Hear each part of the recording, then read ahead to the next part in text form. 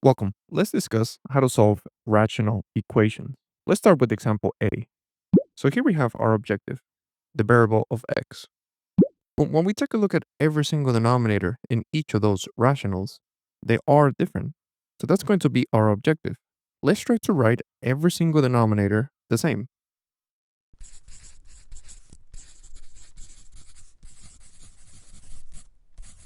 Well, one way to make that happen is to get every single denominator and multiply it with each other, which in this case is going to give us a value of 135. So now we know what's our objective. Now let's make it happen. Let's go to the original problem and let's look one fraction at a time. So our first fraction of 1 over 3, we already have a value of 3 in the denominator.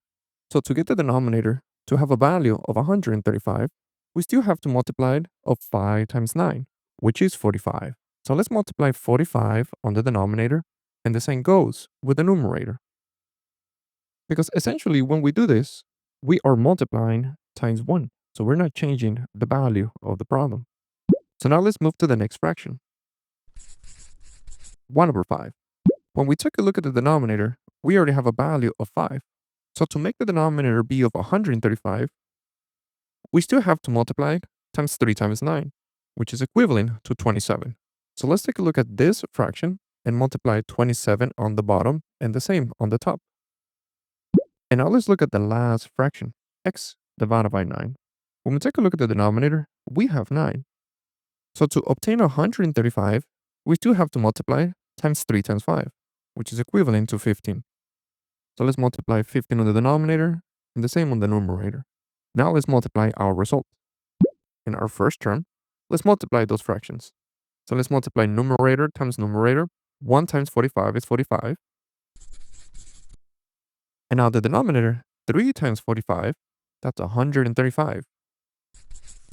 Which remember, that was our objective. Now let's move to the next fraction. Numerator times numerator. 1 times 27 is 27. And 5 times 27, it's 135. Which remember, that's what we wanted. And on the rational on the right-hand side, x times 15, that's 15x. And on the denominator, 9 times 15, and it's 135, which we got our objective. And now the reason why we want them to have the same denominator is because on the left-hand side, now we can combine numerators. And the right-hand side, let's bring that down. Now let's simplify the fraction in the left. And this is exactly what we wanted, because when we have a rational equals to another rational, and they share the same value on the denominator, they will cancel out. And now we can just set the numerators equals to each other. And now we have a linear equation. If we want to get x by itself, all we gotta do is divide by 15 on both sides. And now we have our final result. X is equivalent to 72 divided by 15. Let's take a look at example B. So even though this looks more complicated than our first example, when I take a look at the rational in the left and the right-hand side of the equation, they already share the same denominator. So we can just cancel them out and set the numerators equal to each other. And now we can continue with solving for x. So the first thing that we should do, let's add a 1 to both sides. And now let's take the square root. So we end up having two solutions. Our first solution is when x is equals to positive 2. And the second solution is when x is equals to negative 2. So even though we are done solving for x, there's one thing to notice. When we take a look at the original problem, there were some variables on the denominator. So when we have this situation, we have to check for what we call extraneous solutions.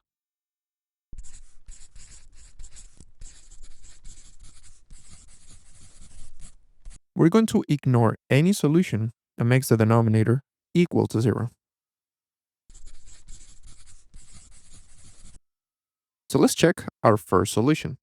when we plug x equals to 2 to those denominators, we're going to obtain the value of 4. So this value did not make our denominator equal to 0. So let's consider it as a solution. But notice what happens when we check the value of -2. When we plug it into our denominators, this value actually gives us 0. That's going to make our rationals undefined, so we do not consider it as a solution.